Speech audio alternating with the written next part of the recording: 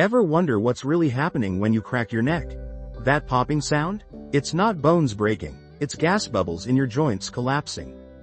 This is called cavitation, and it's harmless. Most of the time.